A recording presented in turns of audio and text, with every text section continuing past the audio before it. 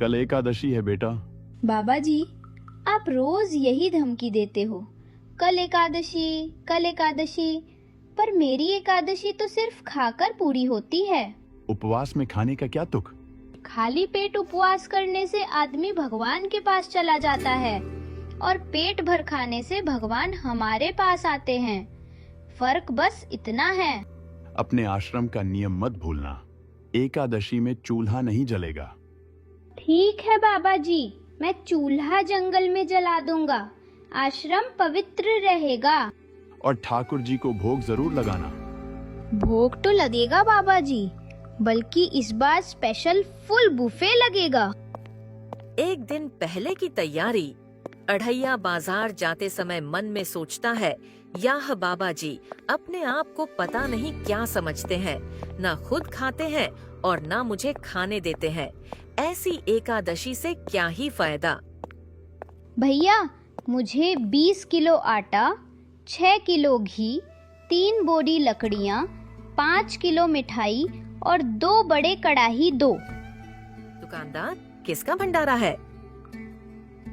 भगवान और मेरे बीच का सीक्रेट, लेकिन दोनों बराबर के हिस्सेदार हैं। अब सारा सामान एक गाड़ी में लोड करके जाता हूँ। इस बार खाना नहीं मिला तो बाबा जी कुछ भी कर लें और ठाकुर के ठाकुर भी कुछ भी कर लें, मैं इस बार देख लूंगा। हर बार कुछ न कुछ गड़बड़ हो ही जाती है। न खाने को मिलता है न चैन से बैठने को। बच्चा, तुम आ गए, बहुत टाइम लगा दिया। बाबा जी, मेरा दिमाग और खराब मत करो। पहले से ही मेरा दिमाग बहुत खराब है। एक तो आप एकादशी वाले दिन खाना नहीं बनाने देते और ऊपर से बोलते हो जंगल में जाकर बना ले रसोई। और तुम्हारे ठाकुर भी आ जाते हैं खाना खाने। पहले तो ठाकुर आते थे, अब तो ठाकुर के ठाकुर भी आने लगे हैं। ठाकुर के ठाकुर को देखो, वाह, अपने साथ भूत प्रेत को भी लेकर आते हैं। हाँ नहीं कि अपने आप चुपचाप चले जाएं। जैसे आप से परेशान करते हो वैसे वह भी मुझे परेशान करते हैं। पता नहीं बच्चे की जान लेकर ही मानेंगे क्या?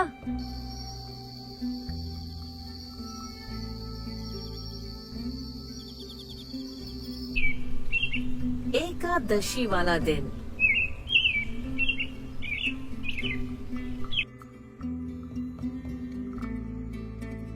अढ़ैया आश्रम से सामान लेकर आता है। सामान को अपनी अपनी जगह पर रखकर अपना खाना बनाने का काम शुरू कर देता है। सुबह सुबह अढ़ैया ने लकड़ियां सजाईं, लोहा तपा, घी गर्म हुआ, बाटियां सेंकी जाने लगीं, दाल में लहसुन का छौंक लगा, मिठाइयों की खुशबू चारों तरफ फैलने लगी। तभी अढ़ैया मन ही मन सोचता है, आज तो मैं पेट भर के खाना खाऊंगा और मेरे गुरुजी के ठाकुर भी साथ में खाना खाएंगे। उनके साथ जानकी, लक्ष्मण और हनुमान जी भी खाएंगे।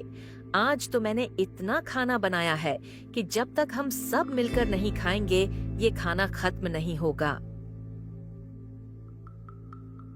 गुरुदेव के ठाकुर, अब खाना खा लो।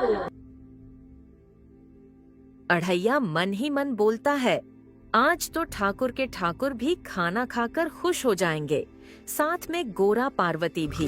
सीता माता बोली, प्रभु कहाँ चले आप? राम जी मुस्कुराकर बोले, अढ़ैया मुझे खाने के लिए बुला रहा है।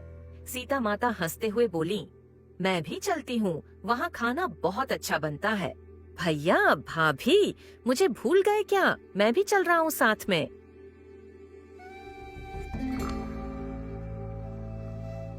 प्रभु इस छोटे से सेवक को भी साथ ले चलिए, मैं भी थोड़ा सा कुछ खा लूंगा। सब मिलकर जंगल की तरफ जाने लगते हैं और मन ही मन सोचते हैं, ऐसा क्या बनाया होगा स्पेशल? हर बार की तरह बाटी तो नहीं बनाई है, या इस बार कुछ और खास बनाया है। सोचते सोचते सब आगे बढ़ते जाते हैं। आओ ठाकुर जी, जानकी जी, लक्ष्मण जी और हनुमान जी, आओ ठाकुर, बैठने की जगह मैंने वीआईपी बनाई है। शिवजी पार्वती जी से बोले, आज अढ़ैया ने रसोई बनाई है। राम जी, सीता जी, हनुमान जी सब जा रहे हैं। तुम भी चलोगी क्या मेरे साथ? पार्वती जी, जी प्रभु चलूंगी।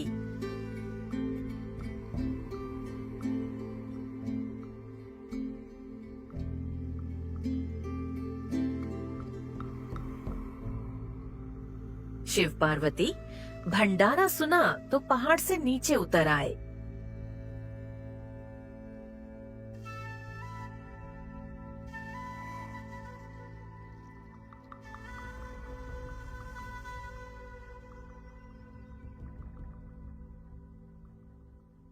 ठाकुर जी, अब ये बच्चा कौन आ गया यहाँ पर? और ये किसका बच्चा है ठाकुर? अरे यार, तू 2 मिनट रुक तो जा, एक बार सही से देखने को दे। ये तो गणेश जी हैं, हमारे ठाकुर जी के लड़के। अच्छा जी, तो जोर से बोलो, गणपति बप्पा मोरिया। आइए गणेश जी, आपके माता पिता भी आए हैं।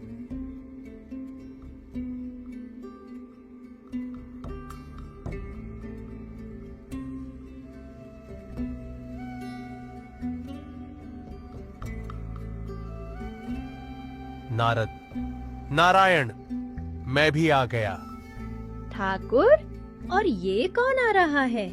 सूखा सा इंसान लग रहा है। इसको भी आपने ही बुलाया है? पहले की तरह आप हर बार किसी न किसी को अपने साथ लेकर आते रहते हो ठाकुर। बोलो। यार अड़ैया, सच में मुझे कुछ नहीं पता कि ये सब क्या हो रहा है। इनको बुलाया किसने? मैंने नहीं बुलाया। मेरी बात को सच मान यार।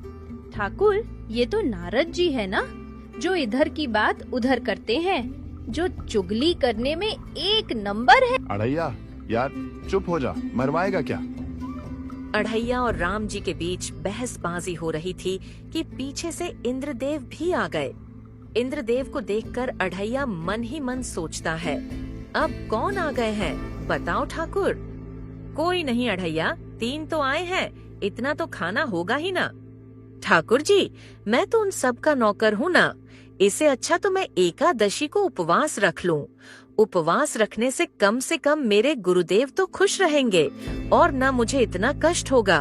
इंद्र, आज बारिश नहीं करूंगा क्योंकि यहाँ बाटी भीग जाएगी। इंद्रदेव, आप अपने आप को क्या समझते हो? जहाँ पर आप खड़े हो, या पता है ठाकुर के ठाकुर भी आए हुए हैं। बोलने से पहले थोड़ा सोच समझ लो। इंद्रदेव जी, आप आइए। अढ़ैया तो ऐसे ही बोलता रहता है और उसकी बात को ज्यादा सीरियस मत लो।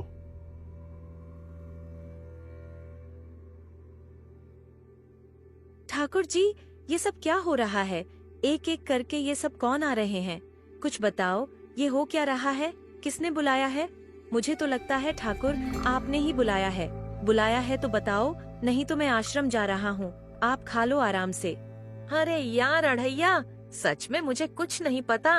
और जरा धीरे से बोल, नहीं तो ठाकुर जी आ जाएंगे। पीछे ही बैठे हैं, क्यों मेरी बेइज्जती करने में लगा हुआ है अढ़ैया? थोड़ी तो शर्म कर ले यार, मैं तेरे गुरुजी का ठाकुर हूँ, इतनी तो शर्म कर ले मेरे यार। इतना कहते कहते पीछे से आवाज आती है, क्या हो गया? क्यों लड़ रहे हो तुम दोनों? अरे ठाकुर के ठाकुर जी, एक एक करके देखो ना, कितने आ गए हैं। मुझे तो लगता है ये सब गुरुजी के ठाकुर ने ही बुलाए हैं और अब ये सब मुझ पर ही चिल्ला रहे हैं। अब आप ही देखें ठाकुर जी, मैं तो बस रसोई बना रहा था। इतनी बात हो ही रही थी कि पीछे से अचानक कोई भारी आवाज आती है। अढ़ैया चौंक कर, अब ये कौन आ गया ठाकुर जी?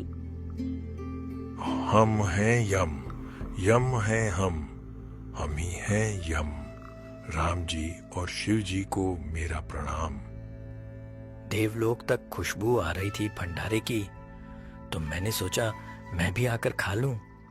राम जी, शिव जी, बताइए ना, मैंने आकर कोई गलती तो नहीं की?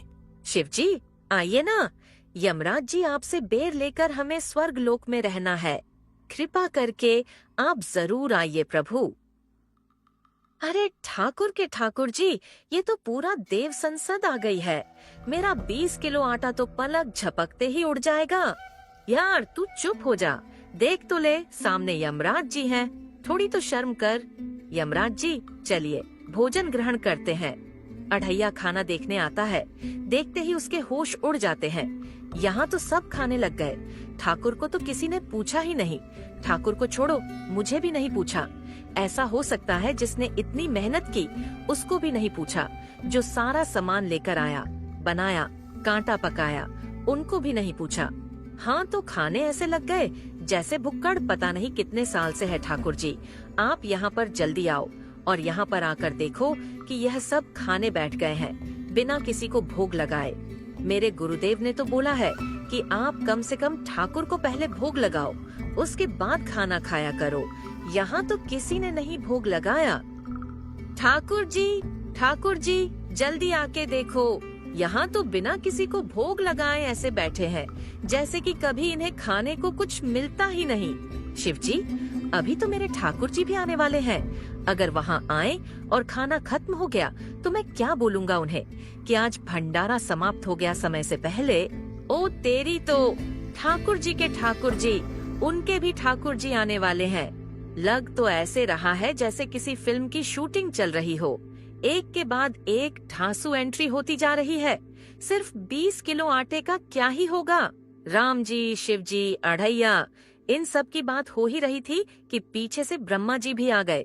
अरे, ब्रह्मा जी को देखकर तो अब सच में लग रहा है आज पूरा ब्रह्मांड ही खाने पर उतर आया है। ब्रह्मा जी और यमराज जी तो भोजन करने चले गए। उनके जाते ही पीछे से पाताल लोक के राक्षस, भूत प्रेत सब आ धमके। देखते ही देखते खाने पर ऐसे टूट पड़े जैसे सदियों से भूखे हों। कोई बाटी उठा रहा था, कोई दाल में मुंह डाल रहा था। अढ़ैया इधर उधर सबको देखने लगा, कभी भूत प्रेत को, कभी ठाकुर को, कभी उनके ठाकुर को, कभी यमराज को, तो कभी किसी और को। फिर अपने आप से बड़बड़ाने लगा, गुरुदेव, बन गई मेरी एकादशी। इससे अच्छा तो एकादशी वाले दिन भूखा ही रह लेता। जिनको बुलाया था वो भी आए, जिनको नहीं बुलाया था वो भी आ गए। बाटी खत्म, लड्डू खत्म, चूरमा खत्म, घी खत्म, दाल खत्म, सब खत्म। बस बचा तो आधी रोटी का एक कोना और एक चम्मच दाल।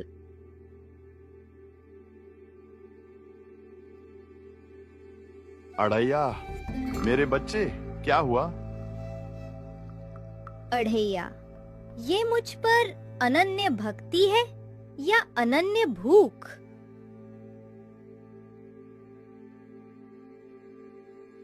अढ़ैया, अपनी आंखें खोलो। अढ़ैया, तेरी सेवा देखकर मैं तुझे आशीर्वाद देता हूं। अब स्वर्ग, पाताल, धरती, तीनों लोकों का मुख्य रसोइया तू होगा। मतलब मैं जिंदगी भर बाटी सेंकता रहूं? हाँ, लेकिन घी आटा अनलिमिटेड और खाने वालों की प्रशंसा भी। तो फिर बोलो, जय बाटी महामहोत्सव एकादशी।